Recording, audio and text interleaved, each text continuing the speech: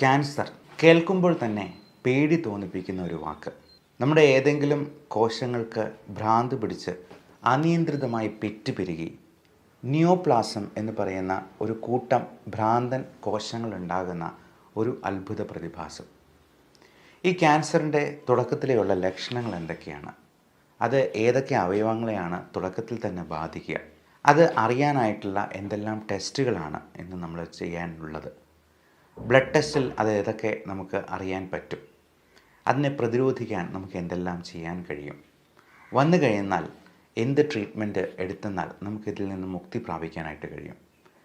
ഇത്തരത്തിലുള്ള കാര്യങ്ങളെക്കുറിച്ച് നമുക്കിന്ന് ഡിസ്കസ് ചെയ്യാം. നമസ്കാരം, ഞാൻ doctor Bipin Jose, Pulmo medical centre, Pala, Kanjirappally and Sultan Bathery.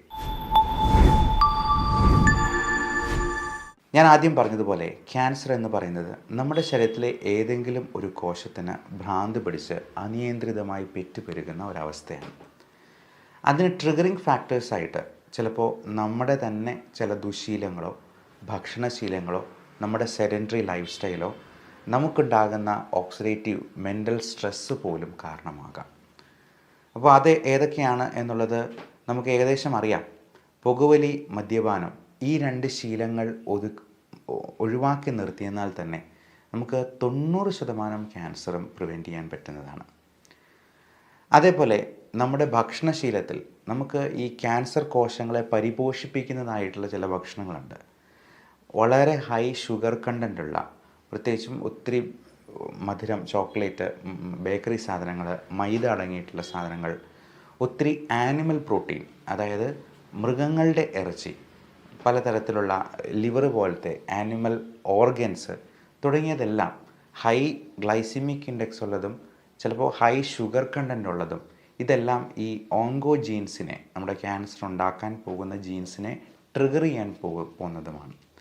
അതേപോലെ സെഡൻറ്ററി ആയിട്ടുള്ള ലൈഫ് സ്റ്റൈൽ, നമ്മൾ ഒട്ടും എക്സസൈസ് ഇല്ലാതെ നമ്മൾ ഒരുപാട് ഭക്ഷണം കഴിച്ചുകൊണ്ടിരിക്കുന്ന ഒരു വ്യക്തിയാണെങ്കിൽ, ഒരുപാട് മെൻ്റൽ സ്ട്രെസ് ഉണ്ടെങ്കിൽ, മനസ്സും ശരീരവും തമ്മിൽ അഭേദ്യമായ ബന്ധമുണ്ട് എന്നൊക്കെ നമുക്കറിയാം. എന്നാലും ഈ സ്ട്രെസ്സിനെ നമുക്ക് കൺട്രോൾ ചെയ്യാനായിട്ട് പറ്റാതെ ചിലപ്പോൾ വരാറുണ്ട്. കഴിഞ്ഞ ദിവസം ഒരു പേഷ്യൻ്റ്, വെറും 20 വയസ്സുള്ള ഒരു ചെറുപ്പക്കാരനായ യുവാവ്, അവൻ്റെ പേരൻസ് തന്നെയാണ് അവനെ എൻ്റെ അടുത്തിൽ എത്തിച്ചത്. അവൻ ഭയങ്കരമായ ടെൻഷൻ കാരണം ഇപ്പോൾ 1 വർഷമായിട്ട് വീട്ടിൽ നിന്ന് പുറത്തിറങ്ങാൻ പോലും വിമുഖത കാണിക്കുന്നു. അപ്പോൾ +2 കഴിഞ്ഞതാണ്, ഡിഗ്രിക്ക് പോകാൻ പഠിക്കാനായിട്ട് അവന് പേടിയോ ആങ്സൈറ്റിയോ എന്താണ് എന്നുള്ളത് അവന് തന്നെ അറിയില്ല. സംസാരിക്കുമ്പോഴത്തേക്കും അവൻ്റെ മുഖത്തെ പേശികളൊക്കെ ഇങ്ങനെ വൈബ്രേറ്റ് ചെയ്ത്, അത് പേശികളിങ്ങനെ വലിഞ്ഞു മുറുകയാണ്. പ്രത്യേകിച്ച് ഈ ചുണ്ടുകളൊക്കെ ഇങ്ങനെ വിതുമ്പുകയും അവിടെ ഇങ്ങനെ കൺട്രാക്ഷൻസ് വരുന്നത് നമുക്ക് കാണാൻ പറ്റും. അപ്പോൾ അത്രയും സ്ട്രെസ്ഫുള്ളായിട്ട്, ഭയങ്കര ആങ്ഷ്യസ് ആയിട്ട്, എന്തിനെന്ന് കാരണമില്ലാതെ നമ്മൾ സ്ട്രെസ്സ് ചെയ്യുമ്പോഴത്തേക്കും ഈ പറഞ്ഞ പോലത്തെ പ്രശ്നങ്ങൾ നമ്മുടെ ശരീരത്തെ ആകമൊത്തം ബാധിക്കാനായിട്ട് ഇടയുണ്ട്. മാത്രമല്ല, നമ്മൾ ഈ മാനസിക രോഗങ്ങൾ, അസ്വസ്ഥതകൾ എന്ന് പറയുന്നത് എല്ലാവരെയും ബാധിക്കുന്നതാണ്. അത് കൺട്രോൾ ചെയ്യാതെ നിന്ന് കഴിഞ്ഞാൽ ഒരുപാട് നമ്മൾ വിചാരിക്കുന്നതിനേക്കാൾ അപ്പുറം പ്രശ്നങ്ങൾ നമ്മുടെ ജീവിതത്തിലുണ്ടായേക്കാം. അപ്പോൾ ആങ്സൈറ്റി, ഡിപ്രസീവ് ഇൽനെസ് തുടങ്ങിയ കാര്യങ്ങളൊക്കെ എല്ലാ ആളുകളിലും ഉണ്ടാകുന്നതാണ്. അത് നമ്മുടെ ഉറക്കത്തെ കുറച്ച് കളയുന്നുണ്ട്, നമ്മുടെ സ്ട്രെസ്സിന് ഒരു വലിയ ഫാക്ടറാണ് എന്ന് സ്വയം തിരിച്ചറിയുകയാണ് ഏറ്റവും പ്രധാനം. ഇങ്ങനെയുള്ള മാനസിക പ്രശ്നങ്ങളുള്ളവർക്കൊക്കെ അവർക്ക് ആങ്സൈറ്റി ഉണ്ട് എന്നുള്ളതല്ല അവർ വിചാരിക്കുക, മറ്റു തരത്തിലുള്ള അസുഖങ്ങളുണ്ട് എന്നാണ് അവർ പറയുക. നെഞ്ചിടിപ്പുണ്ട്, നെഞ്ച് വേദനയുണ്ട്, എനിക്ക് വയറിന് അസ്വസ്ഥതയാണ്, അല്ലെങ്കിൽ ഉറക്കക്കുറവാണ്, വയറ്റിൽ നിന്ന് പോകുന്നില്ല, വയറ്റിൽ നിന്ന് പോകുന്നത് കൂടുതലാണ്, ഓരോ പ്രാവശ്യം ഭക്ഷണം കഴിക്കുമ്പോഴും വയറ്റിൽ നിന്ന് പോകാൻ തോന്നും. ഇങ്ങനെ പല തരത്തിലുള്ള പ്രശ്നങ്ങളായിട്ടാണ് അവർ ഇതിനെ മാനിഫെസ്റ്റ് ചെയ്യുക. അപ്പം ഇങ്ങനെയുള്ള പ്രശ്നങ്ങളുണ്ടെങ്കിൽ നമ്മൾ തുടക്കത്തിലെ തന്നെ കണ്ടറിഞ്ഞ് അതിന് വേണ്ട ട്രീറ്റ്മെൻറ്റ് എടുക്കുക. അതുപോലെ സ്ത്രീകൾക്ക് നമുക്കറിയാം, ഏറ്റവും കൂടുതൽ ഹോർമോണൽ വേരിയേഷൻസ് ഉണ്ടാകുന്നത് സ്ത്രീകളിലാണ് പുരുഷന്മാരെ അപേക്ഷിച്ച്. അപ്പോൾ അങ്ങനെ വരുമ്പോഴേക്കും ഈ ഹോർമോണൽ വേരിയേഷൻസ് തന്നെ പലതരത്തിലുള്ള ഒരു ട്രിഗറിങ് ഫാക്ടറായിട്ട് ചിലപ്പോൾ വർത്തിക്കാനിടയുണ്ട്. അതുകൊണ്ട് തന്നെ സ്ത്രീകളിൽ അൺയൂഷ്വലായിട്ടുള്ള എന്ത് തരത്തിലുള്ള ബ്ലീഡിങ്ങും, ഇപ്പോൾ പീരിയഡ്സിൻ്റെ സമയത്ത് ബ്ലീഡിങ് ഒത്തിരി കൂടുതലായിട്ട് വരികയാണ് എന്നുണ്ടെങ്കിൽ, അല്ലെങ്കിൽ പീരിയഡ്സ് റെഗുലർ അല്ലാതെ വരികയാണെങ്കിൽ ഒക്കെ നിങ്ങൾ ഡോക്ടറെ കണ്ട് അതിന് വേണ്ട ടെസ്റ്റുകൾ ചെയ്യണം. അതിന് വേണ്ട ട്രീറ്റ്മെൻറ്റും ആവശ്യമുണ്ടെങ്കിൽ എടുക്കണം. അതുപോലെ ബ്രസ്റ്റിലുള്ള എക്സാമിനേഷൻ എല്ലാ സ്ത്രീകളെയും അത് പറഞ്ഞു കൊടുക്കാറുണ്ട്. നമ്മുടെ വിരലുകൾ കൊണ്ട് തന്നെ, നമ്മുടെ കൈകൾ കൊണ്ട് തന്നെ സ്വയം ഒന്ന് എക്സാമിൻ ചെയ്ത് എന്തെങ്കിലും ലംബോ സ്വെല്ലിങ്ങോ ഉണ്ടോ എന്നുള്ളത് സ്വയം ഉറപ്പുവരുത്തേണ്ടത് അത്യാവശ്യമാണ്. അങ്ങനെ എന്തെങ്കിലും ഉണ്ടെങ്കിൽ ഒട്ടും മടിക്കാതെ തന്നെ നിങ്ങളുടെ ഡോക്ടറെ കണ്ട് അതിനാവശ്യമായിട്ടുള്ള ടെസ്റ്റുകൾ ചെയ്യുക. മമ്മോഗ്രാം അല്ലെങ്കിൽ അൾട്രാസൗണ്ട് സ്കാൻ വഴി നമുക്കിത് അറിയാൻ പറ്റും. മിക്കവാറും തരത്തിലുള്ള സ്വെല്ലിംഗ് എല്ലാം ഡോക്ടർമാർ ആദ്യമേ തന്നെ പറയുന്നൊരു ടെസ്റ്റ് അൾട്രാസൗണ്ട് സ്കാനാണ്. അപ്പോൾ അൾട്രാസൗണ്ട് സ്കാൻ എന്ന് പറയുന്നത് ഒട്ടും വേദന ഉണ്ടാക്കുന്നൊരു സംഗതിയല്ല, അതിനൊട്ടും റേഡിയേഷൻ ഇല്ല. നമ്മൾ അൾട്രാസൗണ്ട് എന്ന് പറയുന്ന എനർജി ഉപയോഗിച്ച് തന്നെയാണ് ഇത് ചെയ്യുന്നത്. അപ്പോൾ സൗണ്ടിൻ്റെ എനർജി നമുക്ക് കേൾക്കാൻ പറ്റാത്ത ഫ്രീക്വൻസിയിലുള്ളതാണ്. അതുകൊണ്ട് ഇത് വളരെ നിർദോഷകരമായിട്ടുള്ളൊരു ടെസ്റ്റാണ് എന്നുള്ളതും വളരെ എളുപ്പത്തിൽ തന്നെ ചെയ്യാവുന്നത്, വലിയ ചിലവുമില്ല. അതിന് ഏറ്റവും കൂടിയത് 1000 രൂപയാകും എവിടെയൊക്കെ സ്കാൻ ചെയ്യുന്നു എന്നുള്ളതിനെ ആസ്പദമാക്കി. അപ്പോൾ അത് അൾട്രാസൗണ്ട് അബ്ഡമൻ ചെയ്യാം, അൾട്രാസൗണ്ട് തൊറാക്സിൻ്റെ ചെയ്യാറുണ്ട്. അതുപോലെ മറ്റ് ജെനിറ്റൽ ഏരിയയിൽ പലപ്പോഴും ആളുകൾക്ക് ഉദ്ധാരണക്കുറവ്, ശീഘ്രസ്ഖലനം പോലുള്ള പ്രശ്നങ്ങളുണ്ടപ്പോൾ അൾട്രാസൗണ്ട് പെൽവിസിൻ്റെ ചെയ്യാറുണ്ട്. ഇനി കളർ ഡോപ്ലർ സ്കാൻ ഉണ്ട്. അത് കാലുകളുടെ രക്തയോട്ടം സംബന്ധിച്ച്, വെരിക്കോസ് വെയിൻ സംബന്ധിച്ച് പ്രശ്നങ്ങളുണ്ടെങ്കിൽ അവിടെ ബ്ലഡ് ക്ലോട്ടായി നിൽക്കുന്ന ഡീപ്പ് വെയിൻ ത്രോംബോസിസ് എന്ന് പറയുന്ന പ്രശ്നമുണ്ടോ എന്ന് നോക്കാൻ പിനൈൽ അൾട്രാസൗണ്ട്, ഉദ്ധാരണക്കുറവ് ഈ രക്തയോട്ടത്തിൻ്റെ കുറവ് കൊണ്ടാണോ എന്നുള്ളത് മനസ്സിലാക്കാനായിട്ട് ഒക്കെ നമ്മൾ ഈ അൾട്രാസൗണ്ട് സ്കാൻ പറയാറുണ്ട്. കൂടാതെ അത്യാവശ്യമെങ്കിൽ ഡോക്ടർ ഇതിന് ചെസ്റ്റ് എക്സ്റേ എടുക്കാനായിട്ട് പറയും. നമ്മുടെ ശ്വാസകോശങ്ങളെയും അതിനിടയിലുള്ള മീഡിയാസ്റ്റൈനം എന്ന സ്പേസിനെയുമാണ് ഏറ്റവും കൂടുതൽ ഈ അർബുദങ്ങൾ അല്ലെങ്കിൽ അർബുദത്തിൻ്റെ സെക്കൻഡറീസ് ബാധിക്കാനിടയുള്ളത്. അതുകൊണ്ട് ചെസ്റ്റ് എക്സ്റേ, ഇപ്പോൾ ന്യൂറോ സംബന്ധമായിട്ടുള്ള എന്തെങ്കിലും പ്രശ്നങ്ങളുണ്ടെങ്കിൽ തലയുടെ സ്കാൻ, അത് MRI സ്കാനാണ് ഏറ്റവും ഉചിതം. അത് അല്പം ചിലവേറിയതായതുകൊണ്ട് റേഡിയേഷനുള്ള CT സ്കാൻ വേണമെങ്കിലും ചെയ്യാനായിട്ട് ഡോക്ടർ പറഞ്ഞേക്കാം. MRI സ്കാനിന് യാതൊരു റേഡിയേഷനും ഇല്ല എന്നുള്ളത് കൊണ്ട് അത് സേഫാണ്, പക്ഷേ അത് ചിലവേറിയ ടെസ്റ്റാണ്. അപ്പോൾ ഇങ്ങനെയുള്ള ടെസ്റ്റുകൾ ആവശ്യമുണ്ടെങ്കിൽ ചെയ്ത് നോക്കുക. ഇത്തരത്തിലുള്ള ലക്ഷണങ്ങൾ, പ്രത്യേകിച്ചും നമ്മുടെ കഫത്തിൽ രക്തം കാണുക, എവിടെയെങ്കിലും ബ്ലീഡിങ് ഉണ്ടാവുക, അതായത് വയറ്റിൽ നിന്ന് പോകുന്നതിൽ ഒത്തിരി ബ്ലഡ് ഉണ്ടാവുക. നമ്മൾ വയറ്റിൽ നിന്ന് പോകുമ്പോഴത്തേക്കും പലപ്പോഴും മലത്തിലുള്ള ബ്ലഡ് അത് കറുപ്പ് നിറത്തിൽ കാണാൻ സാധ്യതയുണ്ട്. അപ്പോൾ ഈ കറുപ്പ് നിറത്തിലുള്ള മലം എന്ന് പറയുന്നത് ഈ സ്റ്റൂൾ ഒക്കൾട്ട് ബ്ലഡ് എക്സാമിനേഷൻ നോക്കി അതിൽ മലത്തിൽ ബ്ലഡ് കലർന്നിട്ടുണ്ടോ എന്നുള്ളത് നമ്മൾ പ്രത്യേകമായിട്ട് ഉറപ്പുവരുത്തേണ്ടതുണ്ട്. നമ്മൾ ടോയ്ലറ്റ് സംസ്കാരത്തിൽ ഈ യൂറോപ്യൻ രീതി പിന്തുടരുന്നതുകൊണ്ട് തന്നെ നമ്മൾ ഫോണിൽ നോക്കി കുറച്ച് നേരം അവിടെ പോയിരിക്കും. അപ്പോൾ നമ്മൾ പോകുന്ന മലം ഏത് കളറിലാണ് എന്നുള്ളത് ഇടയ്ക്കാണെങ്കിലും ഒന്ന് ശ്രദ്ധിക്കുന്നത് നന്നായിരിക്കും. കാര്യം നമ്മുടെ മലത്തിൽ തന്നെ ഇതിൻ്റെ സൂചനകൾ ചിലപ്പോൾ കാണാം.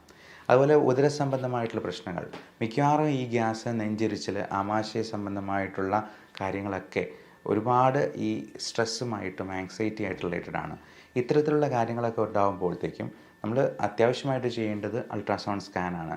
ഇനി അതിനകത്ത് ഒരു തരത്തിലും നമുക്ക് ഇതിൻ്റെ സൂചനകളോ ലക്ഷണങ്ങളോ ഒന്നും കാണുന്നില്ല എന്നുണ്ടെങ്കിൽ, നമ്മുടെ ബാക്കിയുള്ള ലക്ഷണങ്ങളെല്ലാം ഇതിനോട് കോറിലേറ്റ് ചെയ്ത് വരുന്നുണ്ടെങ്കിൽ ചിലപ്പോൾ ഡോക്ടർ എൻഡോസ്കോപ്പി അല്ലെങ്കിൽ കൊളോണോസ്കോപ്പി തുടങ്ങിയ ടെസ്റ്റുകളൊക്കെ നിർദ്ദേശിച്ചേക്കാം. അപ്പോൾ ഈ അപ്പർ ജിയോസ്കോപ്പിയൊക്കെ നമ്മൾ ചെയ്യുമ്പോഴേക്കും ഉള്ളിൽ ഇൻഫ്ലമേറ്ററി ആയിട്ടുള്ള അൾസേഴ്സ് ആയിട്ട് ഒക്കെ നമ്മൾ ചിലപ്പോൾ കാണാറുണ്ട്. അപ്പോൾ പലപ്പോഴും നമ്മുടെ ഭക്ഷണത്തിലുള്ള അപര്യാപ്തതയും ഇൻടോളറൻസും ഒക്കെ ഇത്തരത്തിലുള്ള കണ്ടീഷൻസിലേക്ക് നയിക്കാനിടയുണ്ട്.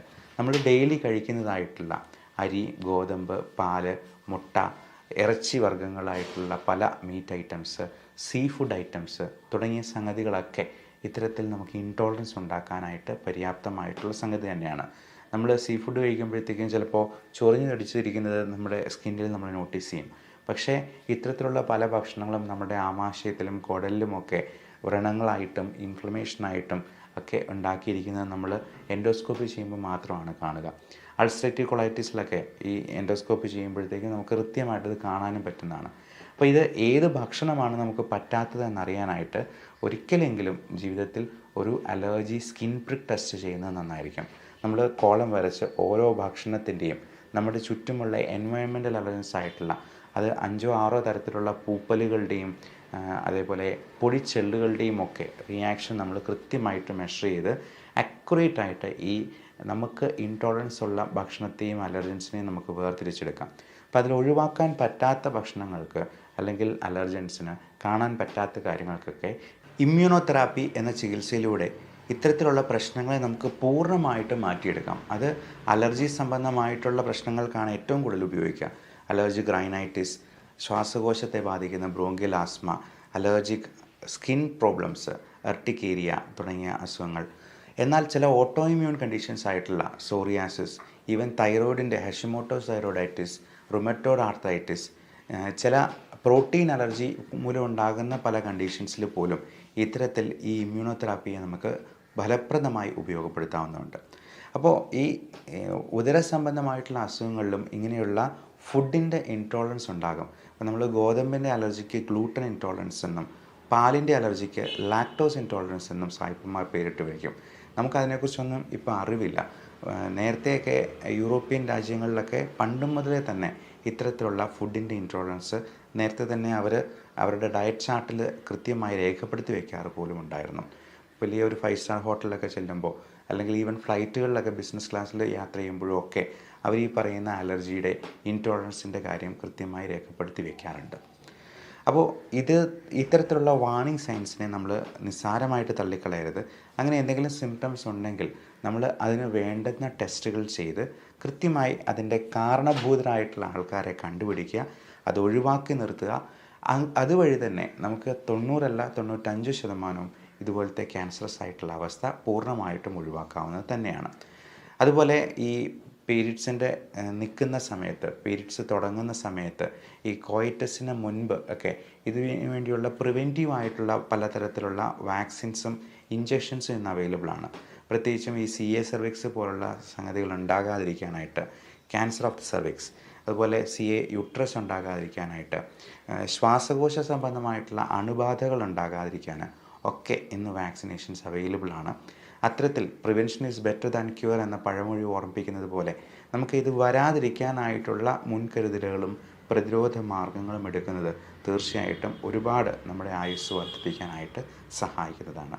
അപ്പോൾ ഇത്തരത്തിലുള്ള കാര്യങ്ങളെ പറ്റിയുള്ള സംശയങ്ങൾ നിങ്ങൾക്ക് താഴെ കമൻറ്റായി രേഖപ്പെടുത്താവുന്നതാണ്. Love and regards, doctor Bipin Jose, Pulmo medical centre, Pala, Kanjirappally and Sultan Bathery.